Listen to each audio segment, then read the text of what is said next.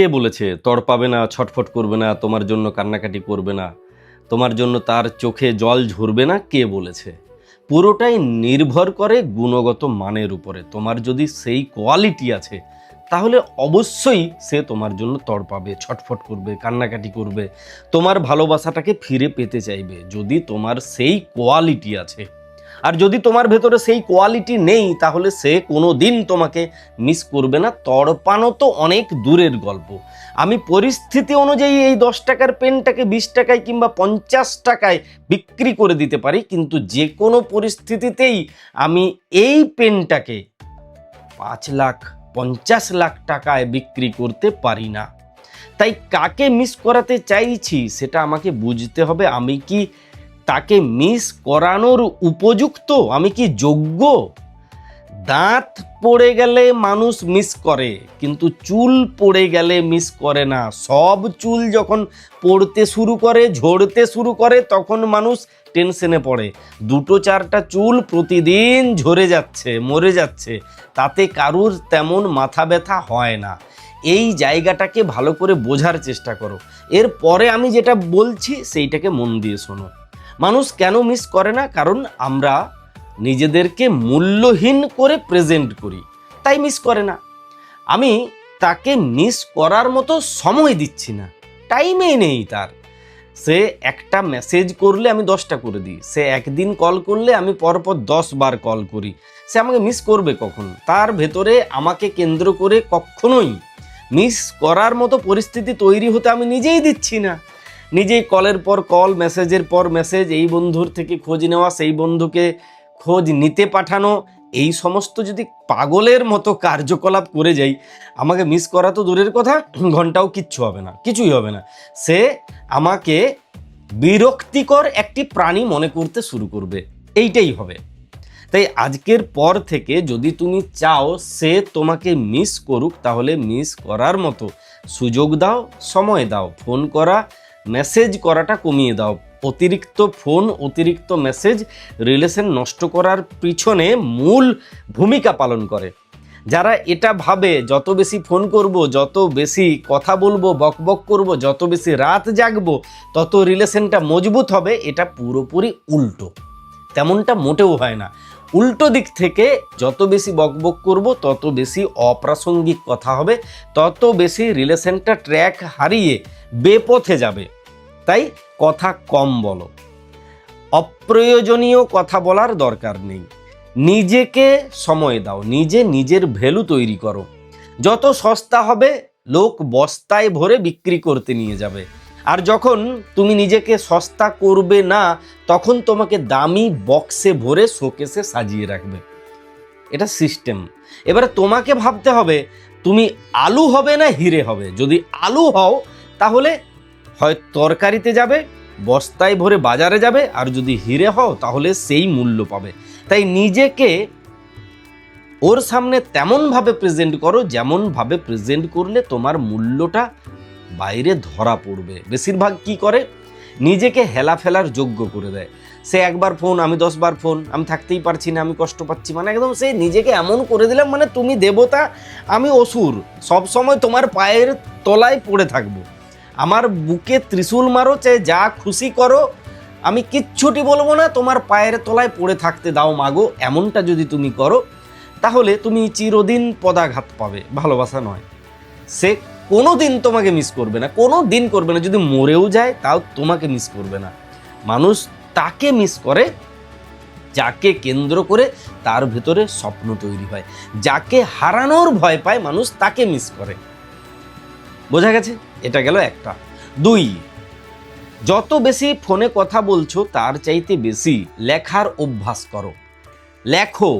এই জন্য আগের দিনের রিলেশনগুলো এত স্ট্রং ছিল আর আজকের দিনের রিলেশনগুলো এত খেলো।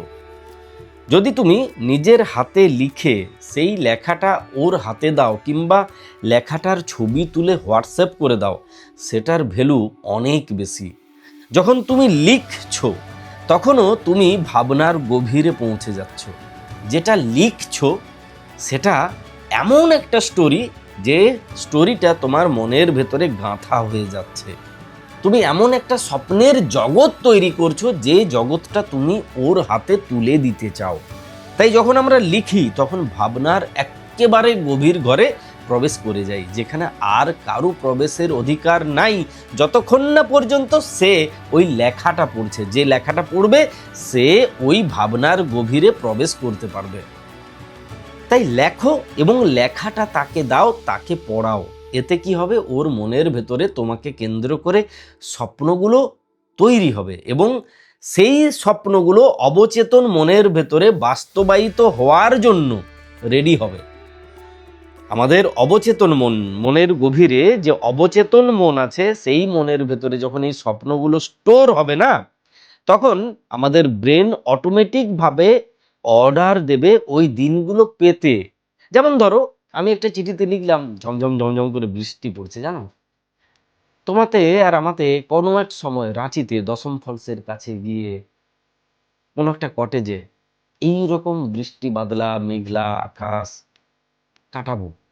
অনেক দূরে হয়তো পাহাড়ের চূড়ায় দুটো ময়ূর বসে আছে, কিংবা অনেক দূর থেকে একটা পিউপা পাখি ডাকছে, মেঘ উড়ে যাচ্ছে পাহাড়ের উপর দিয়ে, তুমিও দেখছো আমিও দেখছি পাশাপাশি। তুমি দেখতে পাচ্ছিলে না?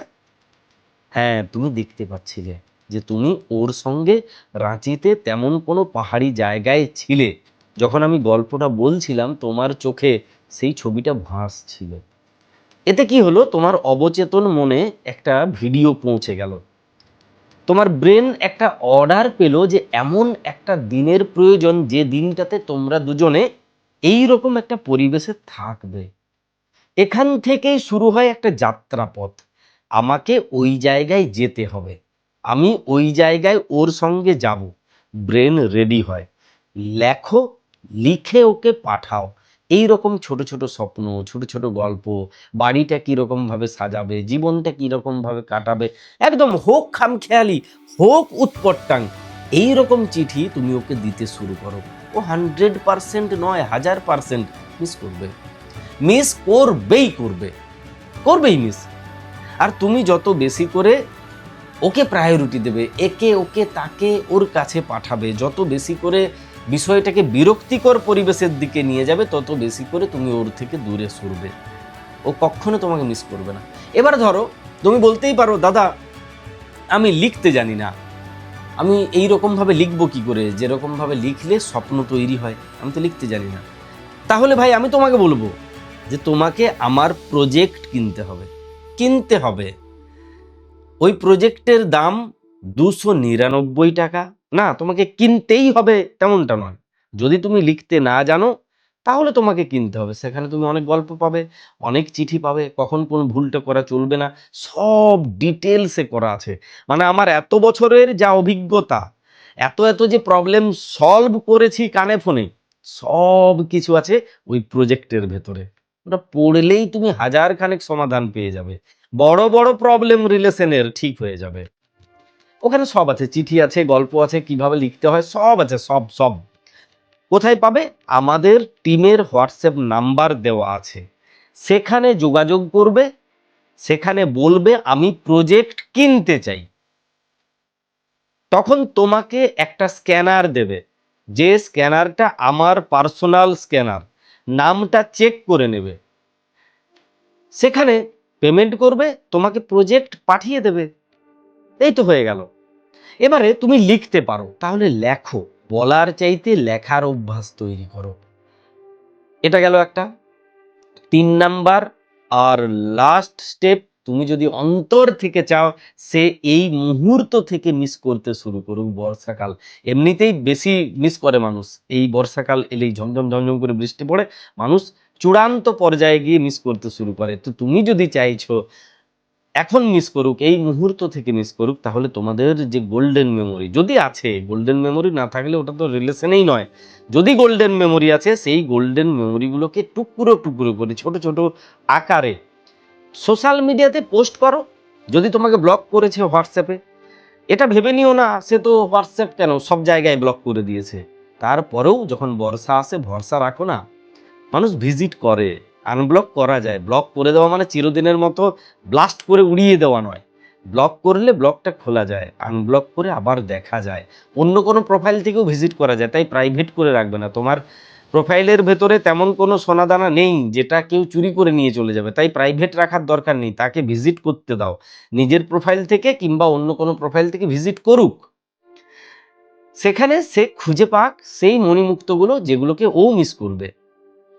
হ্যাঁ, তোমাদের দুজনের যে কাটানো ভালো ভালো সময়, ভালো মুহূর্ত, ভালো বৃষ্টি, ভালো শরৎ, ভালো পুজো, ভালো বসন্ত, যেটা কাটিয়েছো ভালোভাবে, সেই দিনগুলোকে ছোট ছোট গল্পের মতো করে, যাতে ও ছাড়া আর কেউ বুঝতে না পারে, সেই রকম ভাবে ছোট ছোট পোস্ট করো। তোমার লাইকের দরকার নেই, কমেন্টের দরকার নেই, তাকে পড়ানোর দরকার। আর সে পড়লেই মিস করবে, আর মিস করলেই যোগাযোগ করবে, প্রবলেমগুলো মিটে যাবে। কত কত রিলেশন ঠিক করলাম।